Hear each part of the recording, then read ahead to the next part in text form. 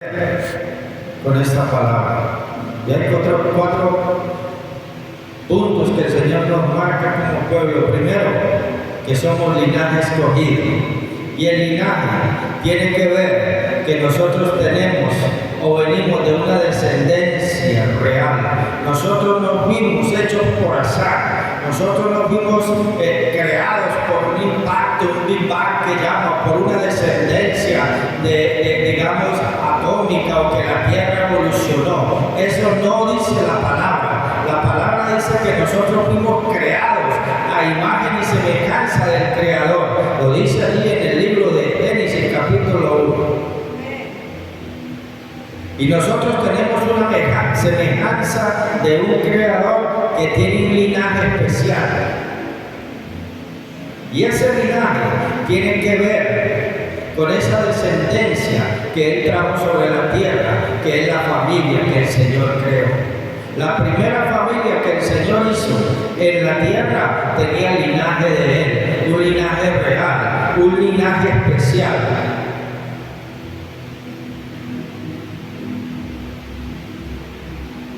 Hechos capítulo 17, verso 19, dice la palabra que nosotros somos el linaje de Dios, descendencia de Dios. Lo confirma en el nuevo pacto.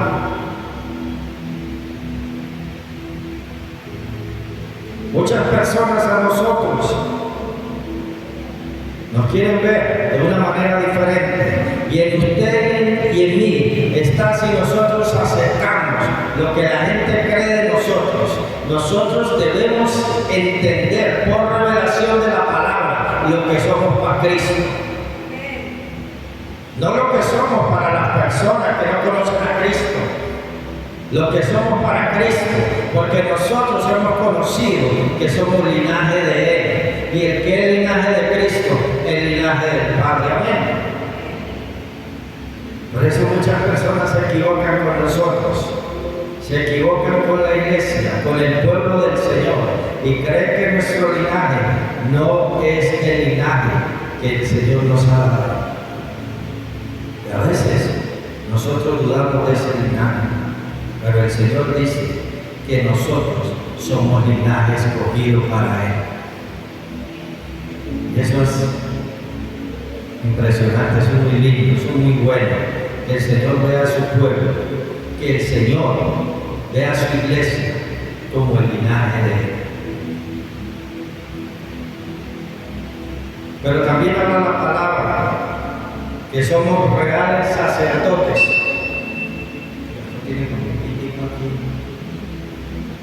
Y este sacerdocio tiene que ver con el sacerdocio de Cristo. Un sacerdocio que es eterno. Un sacerdocio que tiene la facultad o la propiedad de hallar la eternidad, de no perecer en el tiempo, sino estar siempre vigente. Cuando el Señor dice que nosotros somos sacerdotes, en el libro de Apocalipsis capítulo 1, verso 6, dice que nosotros somos sacerdotes para Él. Quiere decir que la tierra no está ausente de la realeza del sacerdocio que dejó Cristo. Por eso nosotros debemos de sentirnos orgullosos, hombres y mujeres, que caminamos por esta tierra, que vamos para allá y para acá. Nosotros no somos ambulantes ni judíos errantes, somos sacerdotes que caminamos con la visión del Padre, porque la eternidad está en nuestro corazón, porque nos vestimos de la vestidura de Él y porque proclamamos el mensaje de Él a tiempo y a destiempo.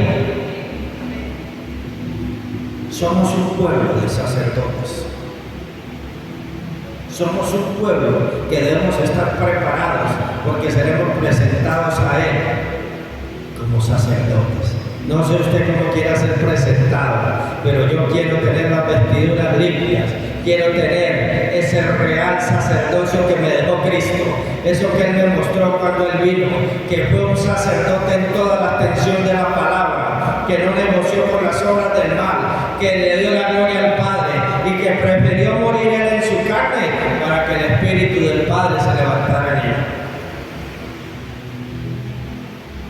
El real sacerdocio que nos dejó Cristo a nosotros, somos lo que nosotros tenemos que imitar día a día, porque es ese linaje que nosotros vamos a dejar a nuestros hijos, ese linaje que vamos a dejar a nuestros hijos espirituales en medio de estas tierras de sal, para que no se apague la luz que el Señor encendió en medio de esta tierra. Amén.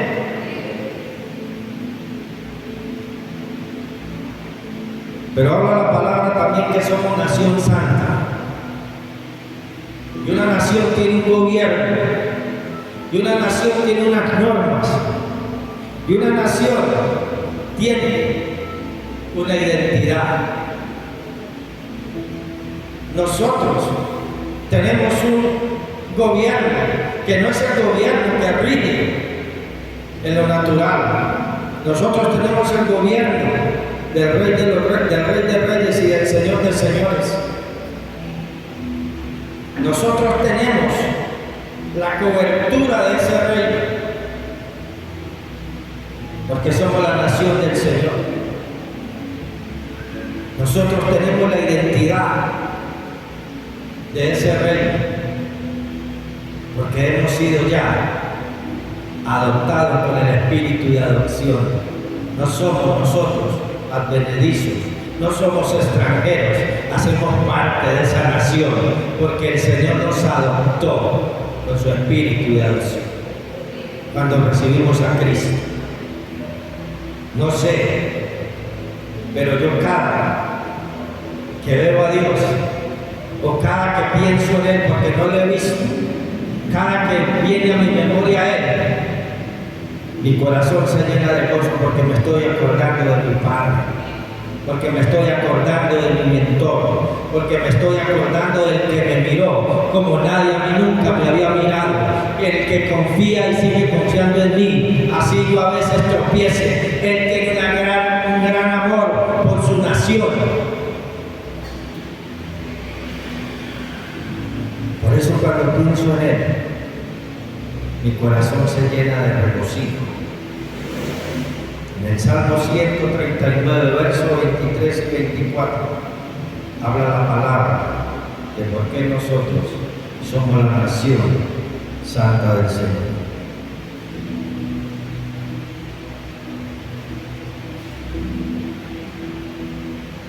Salmo 139, versos 23 y 24. Dice la palabra: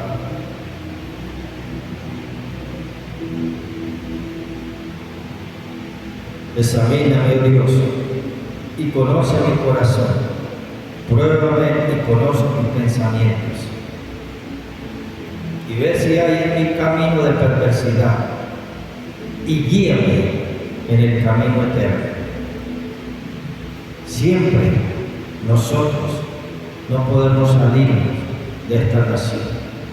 Pedirle al Señor que examine nuestro corazón, que examine nuestro pensamiento, y que si nosotros por cualquier cosa de la vida tenemos perversidad o queremos entrar en esa perversidad, el Señor no lo permita, sino que nos guíe por el camino eterno donde Él está.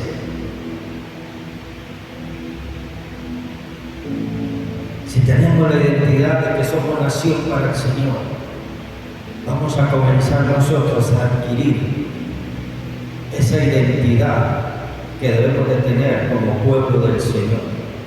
Vamos a comenzar nosotros a caminar en esa santidad, en esa eternidad que Él es, para poder estar cerca de Él. Pero dice la palabra también que somos pueblo adquirido por Dios, y un pueblo que el Señor adquirió. Nosotros debemos pensar qué hizo el Señor para adquirir este pueblo. En 1 Corintios, capítulo 6, verso 20, dice la palabra que nosotros fuimos comprados a precio de sangre. Hubo una ofrenda de rescate por todos nosotros, y el Señor nos adquirió. Usted y yo estamos aquí porque el Señor ya pagó con la ofrenda de la sangre de su Hijo por nosotros. Nos adquirió y nos hizo a nosotros un pueblo adquirido para Él. Tremendo lo que el Señor nos habla en su palabra. Nosotros pues como pueblo o nación debemos de marcar diferencia frente a otros. ¿Por qué? Porque nosotros estamos llenos de virtudes, que son las virtudes de nuestro Señor Jesucristo. Y esto es lo que debemos anunciar y modelar. Esto es lo que nos manda la palabra, a anunciar las virtudes como pueblo de nuestro Señor Jesucristo. Los apóstoles comenzaron a vivir y a experimentar cómo el Señor comenzó a formar la iglesia, y ellos comenzaron a hacer como suyas las virtudes de Jesús. Lo habla la palabra en el libro de Hechos, capítulo 1 en adelante, cómo el Señor comenzó a levantar un pueblo para Él. Recuerde usted, ellos no querían que Cristo se fuera, pero Cristo les dijo: es necesario que yo me vaya, porque si yo no me voy, no viene el Consolador. Y era la oportunidad de que el Espíritu Santo comenzara a revelar a los apóstoles y a la iglesia primitiva cómo levantar un pueblo para el Señor con estas características, cómo levantar un remanente para el Señor que comenzara a moverse en las virtudes de Jesucristo.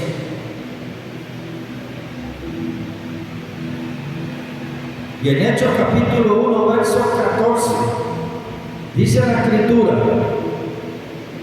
que comenzó a darse y a moverse en la iglesia, en el pueblo del Señor, las virtudes que el Espíritu Santo quería que comenzaran a predominar en la iglesia.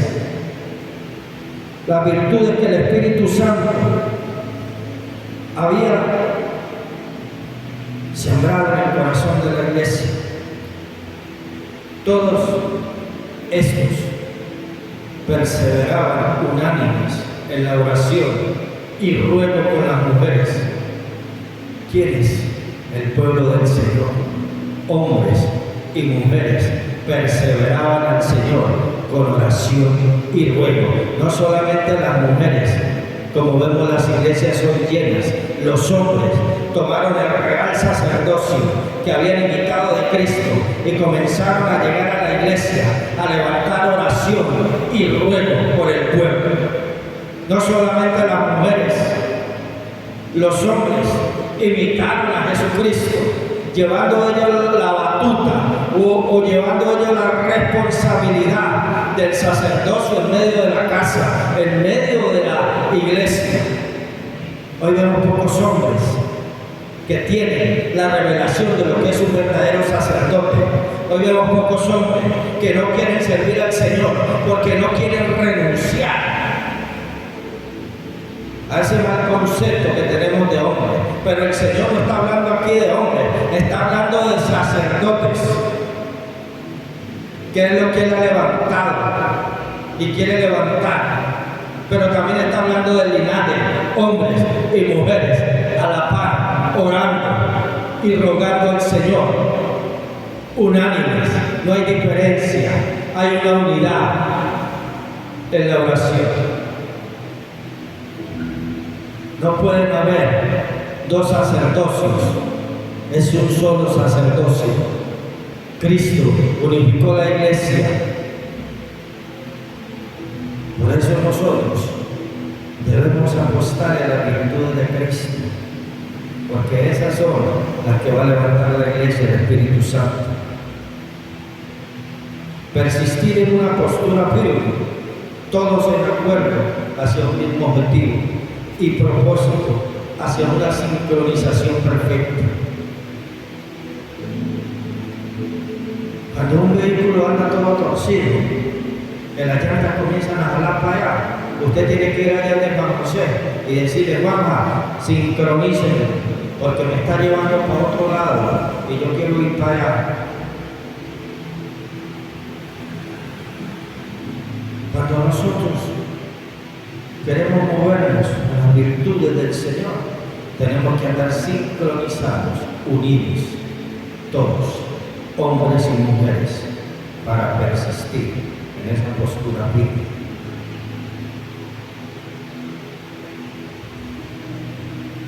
Esto es lo que el Señor nos está mostrando a nosotros, del pueblo que comenzó a levantar cuando Él no estaba en la tierra.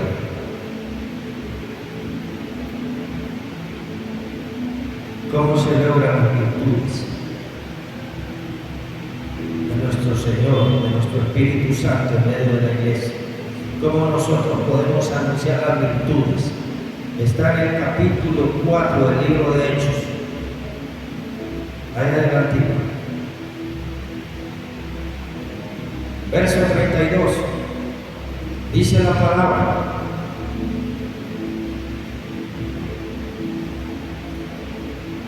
y la multitud de los que habían creído eran de un corazón y un alma, y ninguno desea ser suyo propio nada de lo que poseía, sino que tenían todas las cosas en común.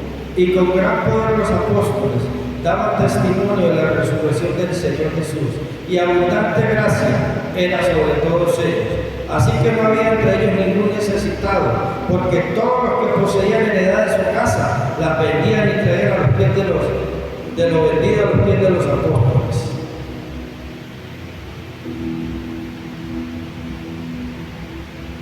Las virtudes que el Señor nos dice a nosotros, que como pueblo, como linaje, como sacerdotes, como nación santa, las vemos aquí en el libro de Hechos. Dice la palabra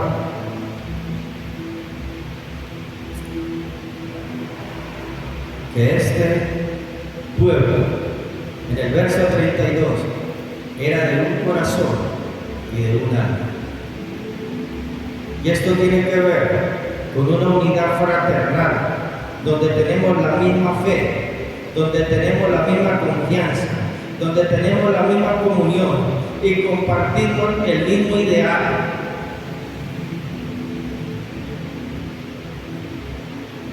Un corazón y un alma fusionados, unidos, no separados, como muchas veces nos pasa, que viene la parte emocional y ataca nuestra fe, ataca nuestra unidad, ataca nuestro compromiso, ataca nuestra confianza, porque tenemos separado, no hemos podido unificar en la iglesia lo que es el corazón y el alma como pueblo. Tal vez en nuestra familia lo hacemos, tal vez en nuestro círculo más cercano lo hacemos, pero en el pueblo nos cuesta caminar en el corazón y en un alma. ¿Por qué? Porque a veces no tenemos la misma fe, porque a veces no caminamos en la unidad, porque nos falta confianza, porque nos falta comunión, porque nos falta compartir el mismo ideal. Por eso la iglesia, nosotros el pueblo, somos tan atacados. Y lo más triste es que cuando somos atacados, somos golpeados. Porque no caminamos en esa unidad que resiste las obras del enemigo. El pueblo, cuando es unido, dice un dicho popular, no será vencido. Una sola alma y un solo corazón.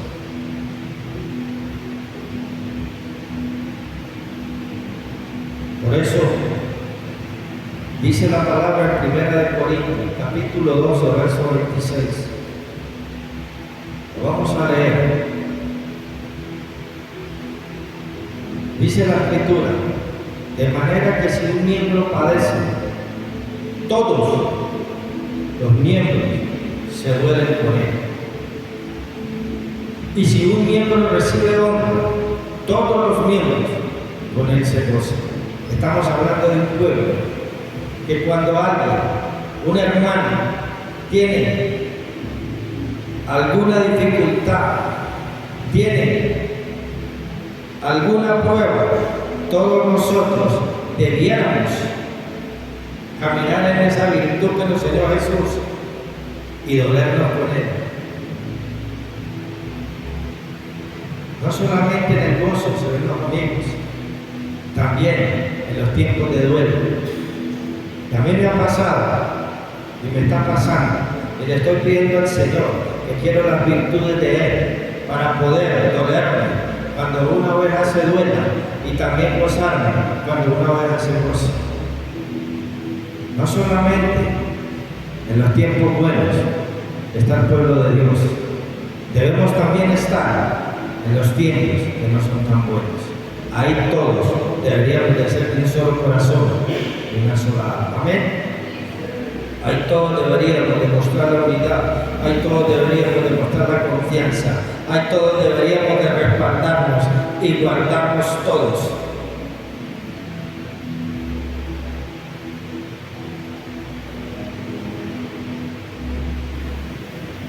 Dice la palabra también que no había necesitados. En este pueblo que Dios estaba levantando, no había necesitados. ¿Por qué? Porque en el pueblo de Dios no debe acontecer esto.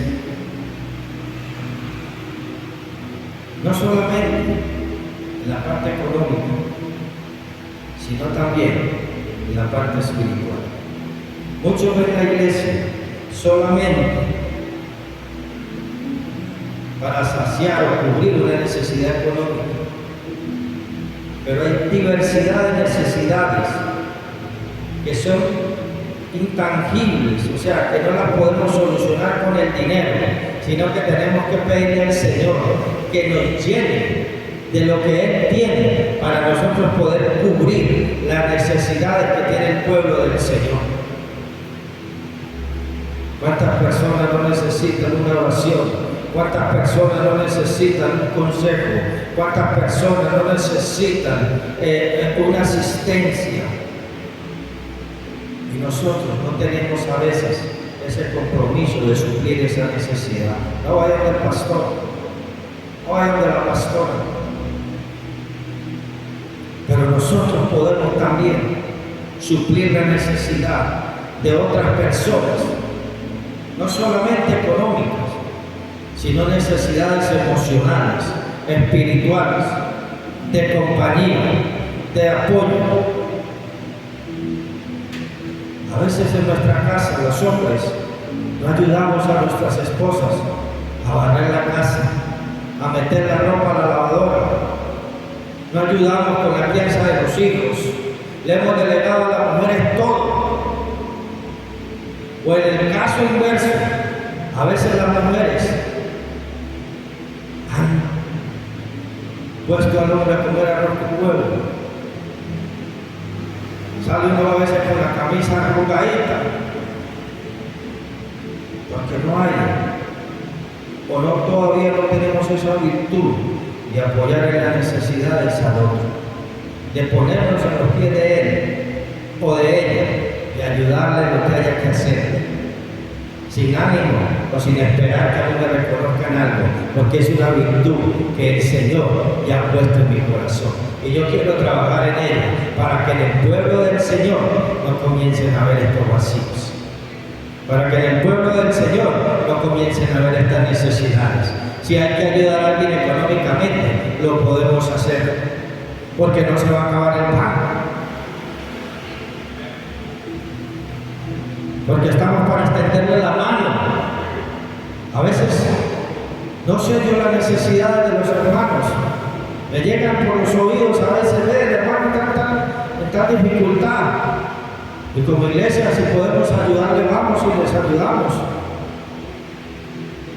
A nuestras familias, aún a nuestros enemigos, podemos extenderle las virtudes que el Señor ha colocado en nuestro corazón. De no permitir que en el pueblo del Señor comiencen a ver estos vacíos, porque eso va degradando la nación santa, va trabajando de una manera contraria a lo que dice el Señor. En Filipenses capítulo 2, versos 4 y 5, vamos a leerlo. Hoy es un recorrido por la Biblia, lo que vamos a ver pues.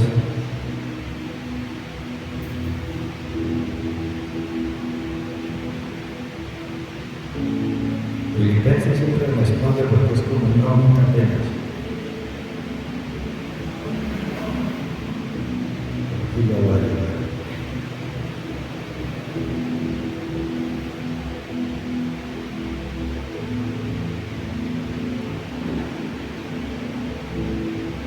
Ahí está. Filipenses, capítulo 2, versos 4 al 5, dice la palabra.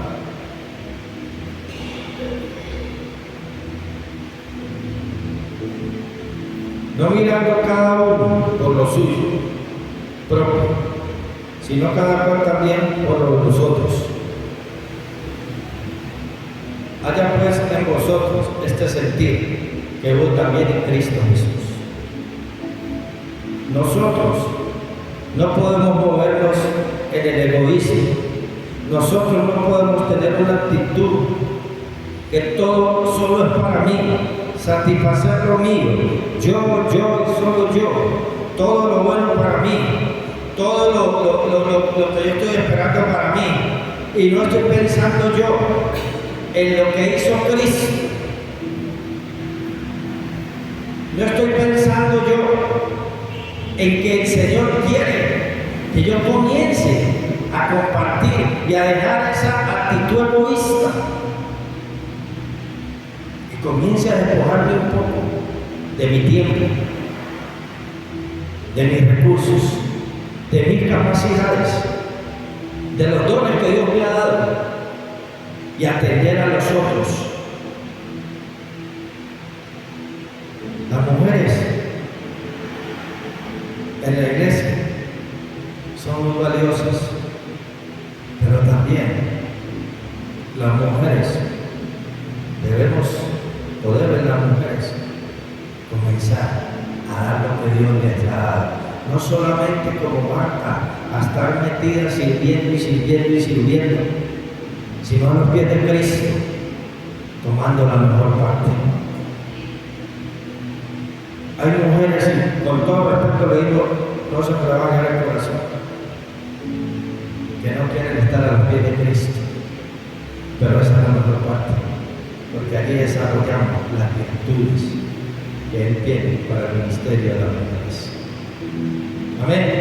Por eso decía en Hechos 1:14, los hombres y las mujeres rogaban unánimes, un equipo tremendo. El egoísmo no puede estar en el pueblo del Señor, no es el linaje del Señor. El egoísmo no es lo que Jesús nos ha enseñado, sino a pensar también en los otros,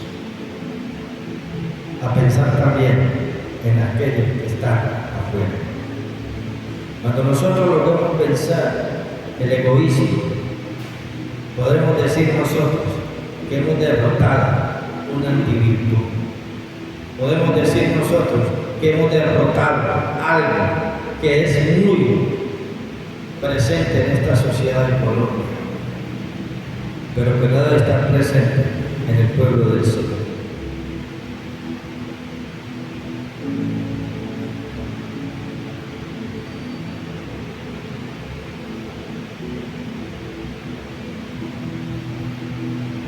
Dice la Escritura también allí, en el verso 32 de Hechos 4, que este pueblo tenía todas las cosas en común. No es fácil lograr tener todas las cosas en común, porque tener todas las cosas en común tiene que ver con alinear nuestro corazón y alinear nuestra alma y nuestro espíritu al Señor, a nuestra matriz principal. Cuando nosotros tenemos todas las cosas en común, el Señor va a comenzar a establecer un solo camino, un solo corazón.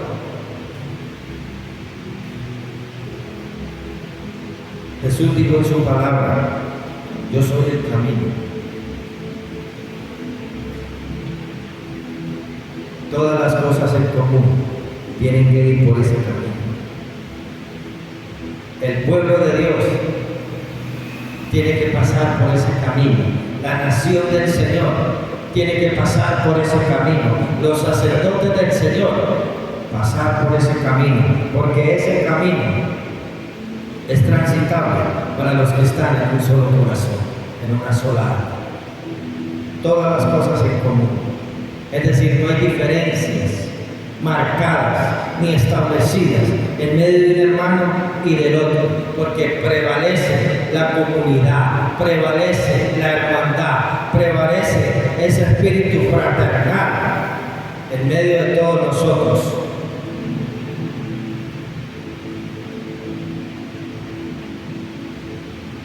Prevalece la armonía.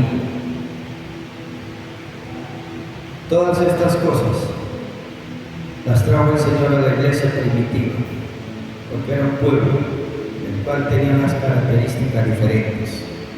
Y cuando usted y yo tenemos características de Cristo, las cosas son diferentes.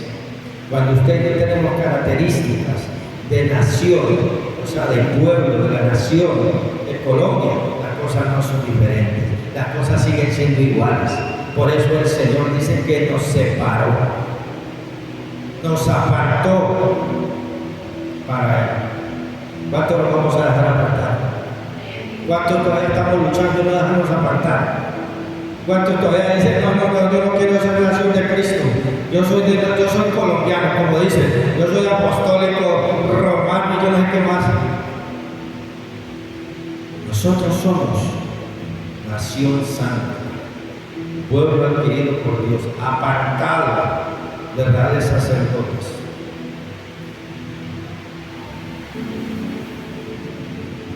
Cuando nosotros entendemos estas cosas, va a ser más fácil caminar en la verdad. Va a ser más fácil caminar en la verdad. Va a ser más fácil hallar el amor fraternal del Padre en medio de todos nosotros, porque no hay egoísmo de que el Señor tome a alguien y comience a levantarlo. No hay egoísmo de que el Señor bendiga a alguien, porque yo me gozo, porque si yo sé que cuando hay una unidad en la iglesia, si el Señor bendice a algún hermano, ese hermano va a bendecir a otro que tiene necesidad. Cuando yo veo que un hermano comienza a levantarse en oración y Dios comienza a ayudarle en su ministerio, a respaldar su llamado, yo debo tener gozo. ¿Por qué? Porque esta persona va a caminar en la unidad y va a llevar las virtudes del Señor a otros. Pero no hay celos, no hay contiendas, no hay rivalidades, porque eso no hace parte del pueblo de Dios. Y en el verso 33 de Hechos 4 dice la palabra que los apóstoles eran de abundante gracia, que este pueblo tenía abundante gracia.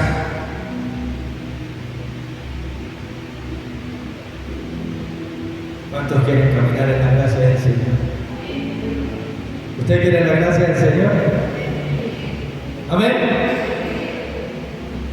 Dice la palabra que la gracia, ¿qué es la gracia? La gracia es un favor inmerecido, una bondad y misericordia que Dios nos muestra a través de Jesús. Es algo gratuito. La gracia me capacita para entender mi llamado y vivir solo para Él. Eso es la gracia. Eso no le van a cobrar a usted ni a mí por la gracia. Eso es algo inmerecido. O sea, yo no lo merezco, pero es tan grande la misericordia de mi Señor que me llena. Y yo camino en abundante gracia. Y cuando usted y yo caminamos en abundante gracia, usted y yo caminamos en un favor inmerecido. Es decir, no es de nosotros, pero por la misericordia del Señor, Él ha llenado mi copa. Y yo puedo caminar con las virtudes del Señor en medio del pueblo. Los apóstoles comenzaron a ver cómo este pueblo tenía todas las cosas en común, cómo este pueblo comenzaron a vender. Ahora usted no va a decir que al pastor Nelson le está diciendo que usted venda su casa. No.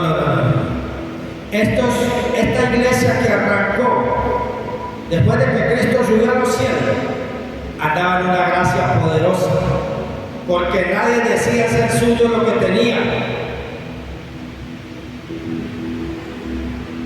sino que la virtud de Cristo estaba a los ojos de ellos, viendo dónde había algo que hacer, viendo dónde había algo que llevar, viendo dónde había algo que suplir, viendo cómo las mujeres comenzaron a caminar con los apóstoles, algo que no se veía en la ley, viendo cómo las mujeres comenzaron a llegar al tabernáculo, algo que era prohibido a las mujeres. Yo no sé si ustedes me están entendiendo, mujeres, pero lo que Dios está haciendo es que está levantando a hombres y mujeres al mismo nivel para que nos llenemos de la gracia del Espíritu Santo y podamos hacer en la iglesia una nación especial para el Señor, donde la gracia va a permitir que nosotros caminemos en toda la necesidad que hay en el pueblo del Señor. Pero no, a veces no sucede así. Algo está pasando. Algo está pasando. Porque este avivamiento que llegó al principio de la iglesia no se ha vuelto a ver. No se ha vuelto a ver. Porque cuando hay bendición, los egoístas se la quieren llevar toda. Porque muchas veces la bendición no viene del Señor, sino que la fuerza. La iglesia, pues, tenemos todos nosotros la capacidad de andar en estos 4 puntos, en un mismo corazón, en una misma alma. Debemos de nosotros tener todas las cosas en común. Debemos nosotros velar porque en la iglesia, o donde quiera que estemos, no haya necesitados. O al menos hacer el intento para que no los hagan. Y caminar en abundante gracia. No es la de gracia, sino es la gracia. Porque muchas personas, le decía a un discípulo, yo no quiero que la desgracia vuelva a llegar a los pies del Señor. Porque nos acostumbramos tanto a andar en la gracia. Nos acostumbramos tanto a vivir bueno, a que nos honren, a que nos vaya bien. Y así debe ser la pastora. Pero muchas veces viene en traspiés. Y eso es lo que Dios usa para que vuelvan y lo miren. Es tiempo, amada iglesia, de caminar en las virtudes que el Señor nos está enseñando. Estos tiempos no están para jugar.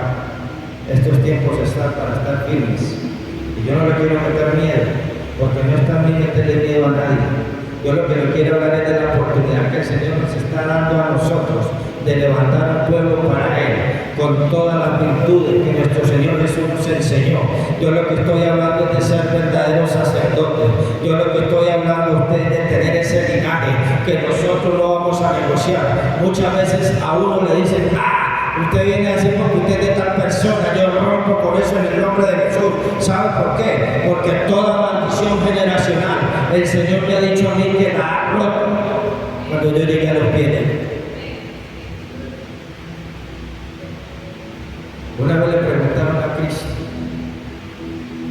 tu mamá y tus hermanos te buscan.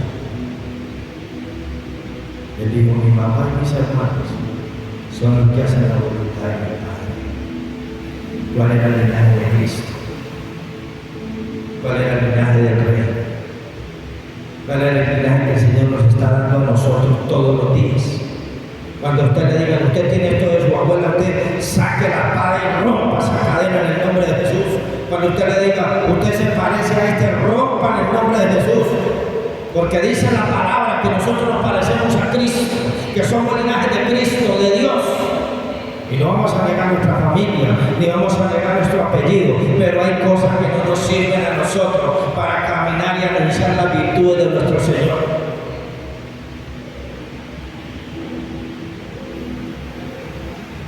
Yo me podré parecer mucho a mi papá no físico, y él lo sabe, pero me parezco más y quiero parecerme más a mi Padre Celestial. Yo podré tener muchas cosas de mi familia, pero mi verdadera familia son los que hacen la voluntad del que me llamó a servir.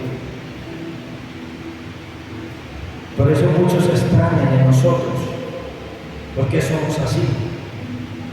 Pero el Señor nos está diciendo a nosotros, somos un pueblo apartado para Él. No quiere decir que nos vamos a encerrar, pero debemos de estar buscando la virtud del Señor para anunciar a todo aquel que llegue lo que el Señor nos ha permitido conocer de Él.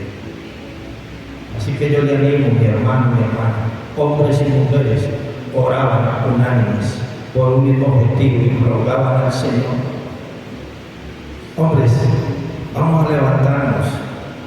El enemigo quiere acabar con el ministerio sacerdotal de los hombres, pero no lo podemos permitir. Tenemos que ver esta iglesia llena de hombres con sus esposas,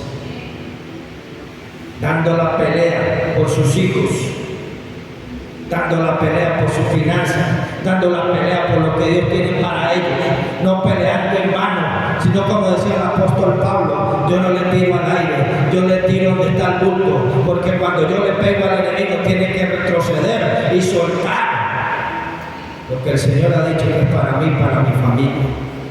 Esto no va a cambiar porque alguien se proclame un caudillo. Esto va a cambiar cuando nosotros le demos lugar al Señor en nuestras vidas para comenzar a ser ese pueblo que Él quiere ver, para comenzar a ser esos hombres y mujeres que no nos importa que esté lloviendo, que no nos importa que sea festivo, que no nos importa que este pueblo se haya puesto pies arriba. Nosotros venimos a orar y a clamar a Él, porque Él es el que tiene respuesta a la petición de sus hijos.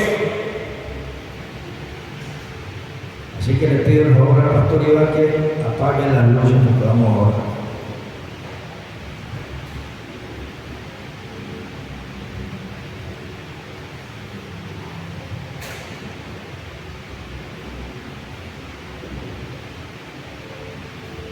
No estamos solos, iglesia. No estamos solos.